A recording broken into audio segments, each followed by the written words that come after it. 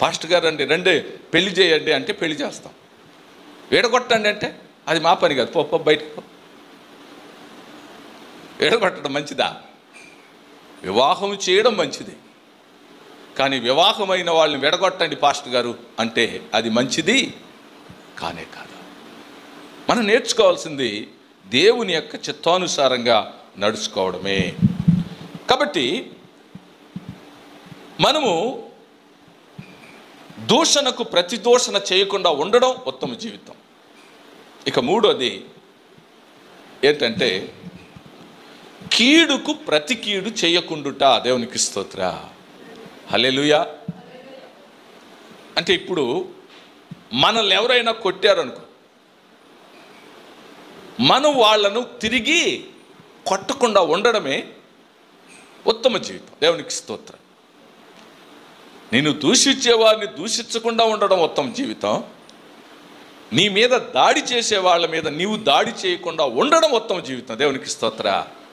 చాలామంది ఏమనుకుంటారంటే అణి చేశాను చూసావా, నోరు మూసుకొని సైలెంట్గా ఉండేట్లుగా చేశాను అనుకుంటారు. ఒక మనుష్యుడు తను తాను కంట్రోల్ చేసుకొని నిలబడడం అనేటువంటిది సామాన్యమైన విషయం కాదు. హార్స్ పవర్, గుర్రానికి ఉండేటువంటి శక్తి, గుర్రం అనేది చాలా బలమైంది. మనిషిని తనితే మనిషి అయిపోతాడు, అంత పవర్ఫుల్ అయింది గుర్రం. కానీ ఆ గుర్రాన్ని స్వారీ చేయాలని ఒక మనిషి వచ్చాడంటే ఆ గుర్రం స్వాధీనంలో, గుర్రం అనేటువంటిది స్వారీ చేసే మనిషి యొక్క స్వాధీనంలోకి వెళ్ళిపోతాడు. అప్పుడు గుర్రం అనేది బలహీనమైపోయిందా? కాదు. గుర్రము తను తాను కంట్రోల్ చేసుకొని ఆ నడిపేటువంటి ఆ రౌతుకి తను తాను కంట్రోల్ చేసి నువ్వు ఏం చెప్తే అట్లా వెళ్తానయ్యా, అప్పుడు ఆ గుర్రం విలువైంది. దాన్నే సాత్వికం అంటారు. సాత్వికం. నువ్వు ఎంత పవర్ఫుల్ అయినటువంటి వ్యక్తి అయినా సరే నిన్ను నీవు కంట్రోల్ చేసుకొని నిన్ను నడిపించేటువంటి వ్యక్తి యొక్క స్వాధీనంలోకి వెళ్ళడమే నిజమైనటువంటి తగ్గింపు. దాన్ని ఎవరు కూడా అది ఏంటంటే వాళ్ళు ఇట్లా అయిపోయారు అని చెప్పడానికి వీల్లేదు. కంట్రోల్ అయిపోయారు చూసారా, కంట్రోల్ అవ్వలా. ఏమయ్యారు అంటే తన్ను తాను కంట్రోల్ చేసుకోగలిగారు. ఎందుకోసం? నా స్వభావం, నా గుణం ఉత్తమ జీవితం. దేవునికి స్తోత్రం. ఉత్తమ జీవితాన్ని జీవించడం కోసం కీడుకు ప్రతి కీడు చెయ్యను. దేవునికి స్తోత్ర. కీడుకి ప్రతి కీడు చేయకుండా ఉండడమే ఉత్తమ జీవితం. దూషణకు ప్రతి దూషణ చేయకుండా ఉండడం ఉత్తమ జీవితం. కాబట్టి ఇది ఈ యొక్క నాలుకను కంట్రోల్ చేసు. సాక్రటీస్ దగ్గరికి వెళ్ళాడు. అయ్యా నేను మాట్లాడడం నేర్చుకోవాలి, నాకు నేర్పించండి నేను ఎలా మాట్లాడాలి.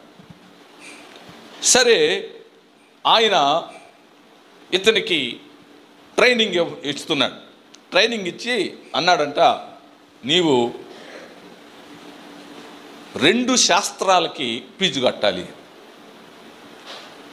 అదేంటని, నేను ఒక శాస్త్రమే కదా నేర్చుకుంటా, మాట్లాడేది నేర్చుకుంటున్నాను అని అంటే ఆయన అన్నాడంట, మాట్లాడడం నేర్చుకోవడానికి ముందు నాలుకను అదుపు చేసుకోవడం కూడా నేర్చుకోవాలి. అదొక శాస్త్రం.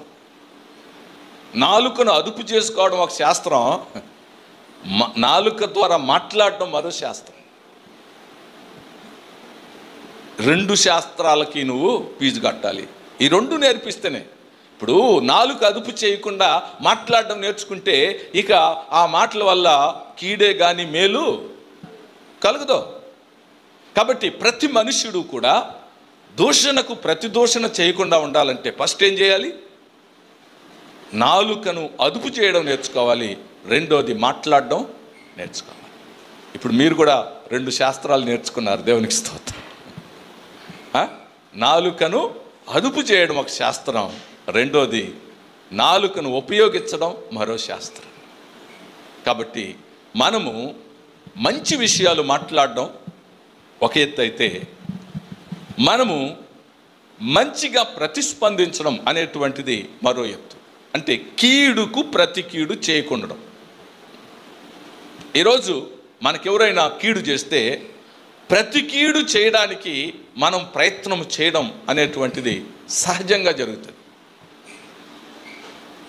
ఇప్పుడు నన్ను ఎవరైనా కొట్టారనుకో, పాస్టర్ ఊరుకుంటుందా? మా పిల్లలు ఊరుకుంటారా? అమ్మా, వాళ్ళు ముగ్గురు వచ్చేసారు, ఎవర్రా కొట్టింది అని చెప్పేసి. అది కరెక్టా కాదా? కరెక్ట్ కాదు. కానీ మనం ఆగలేం. పాస్టర్ అమ్మ ఎవరైనా కొట్టారనుకో, నేను ఊరుకుంటానా?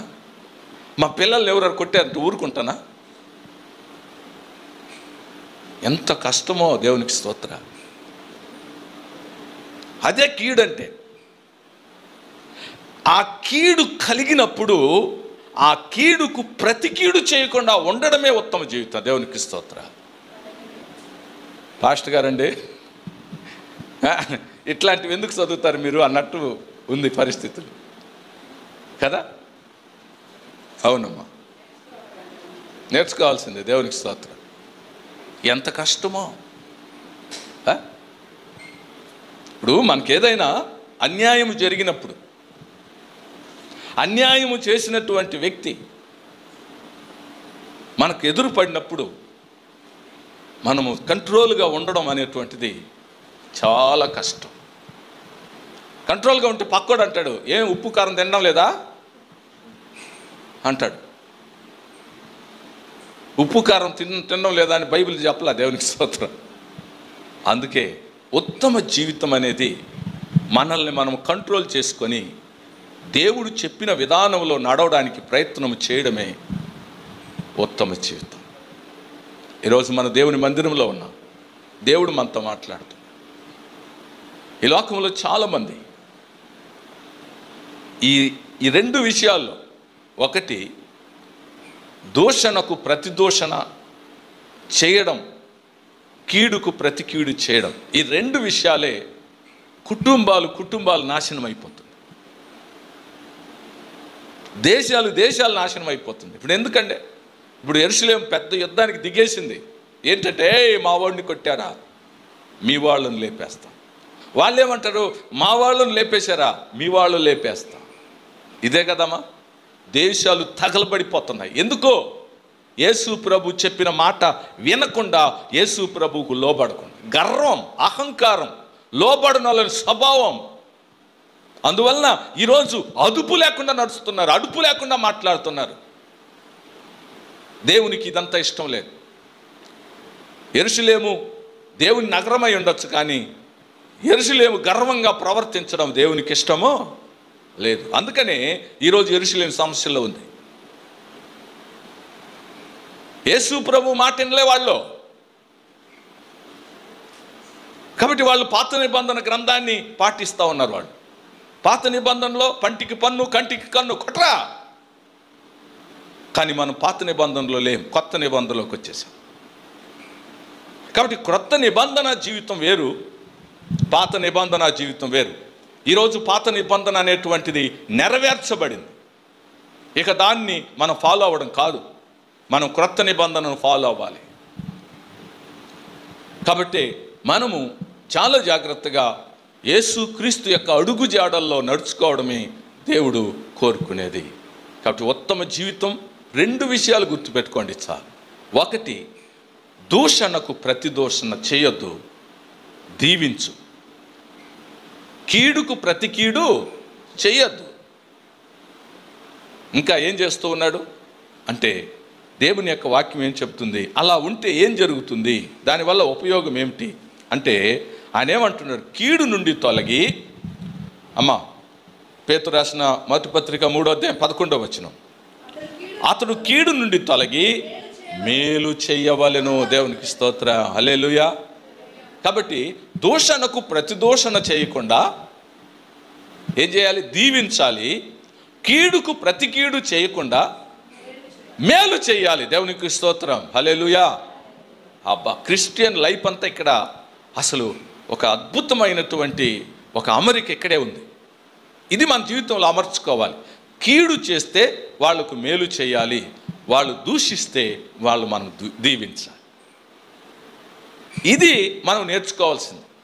ఈరోజు అందరూ శత్రువులు అయిపోయారు. మనకి సైతాను మనల్ని శత్రువులుగా మార్చేస్తాడు, సమాధానం లేకుండా చేస్తాడు.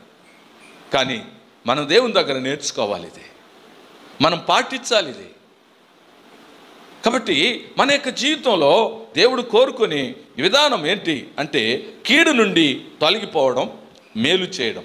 ఇంకా ఏమంటున్నాడంటే సమాధానమును వెతకి దానిని వెంటాడడం. దేవునికి స్తోత్ర. ఏం వెతకాలంట? సమాధానాన్ని వెతకండి, సమాధానం వెతకి దాన్ని వెంటాడండి అని దేవుని యొక్క వాక్యం మనకి చెప్తా ఉంది. కాబట్టి మనం సమాధానాన్ని ఏ విధంగా వెతకాలి? దేవుని వాక్యం చెప్తుంది. మత్తయి సువార్త 5:9 సమాధానపరచువారు ధన్యులు, వారు దేవుని కుమారులు అనపడుదురు. రోమిలకు రాసిన పత్రిక 14:17 చెప్తుంది, దేవుని రాజ్యము భోజనము పానము కాదు, కానీ నీతియు సమాధానమును పరిశుద్ధాత్మ అందలి ఆనందమునై ఉన్నది.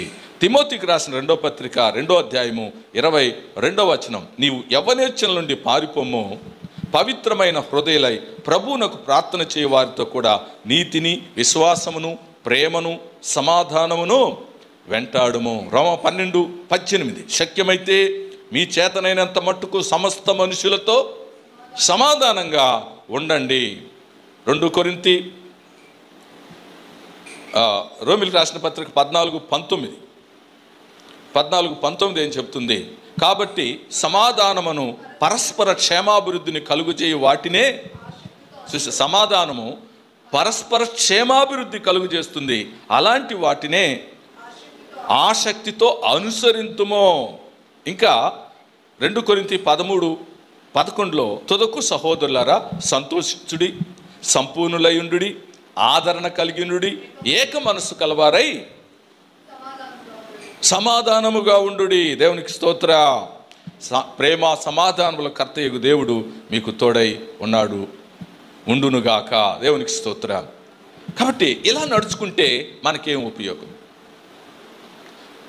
కీడుకు ప్రతి కీడు చేయకుండా మేలు చేయడం, దూషణకు ప్రతి దూషణ చేయకుండా దీవించడం.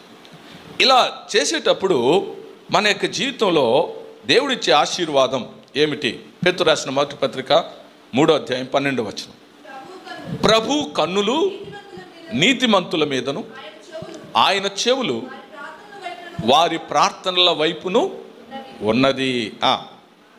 కానీ ప్రభు ముఖం కీడు చేయడం వారికి విరోధంగా ఉంది. ఎంత జాగ్రత్తగా ఆలోచించాలి. ఎందుకు దూషించొద్దు, బదులు దూషించొద్దు అంటున్నాడు? ఎందుకు కీడు చేయొద్దు అంటున్నాడు అంటే దేవుడే వారికి విరోధంట. అమ్మా, యెరూషలేములో ఉండేటువంటి వాళ్ళు వెళ్ళి వేరే వాళ్ళ ప్రజల మీద బాంబులు వేస్తే వాళ్ళు చచ్చిపోతే మంచిదా? ఏ మనుషుడు చనిపోవడం దేవునికి ఇష్టమో లే. ఎవరికి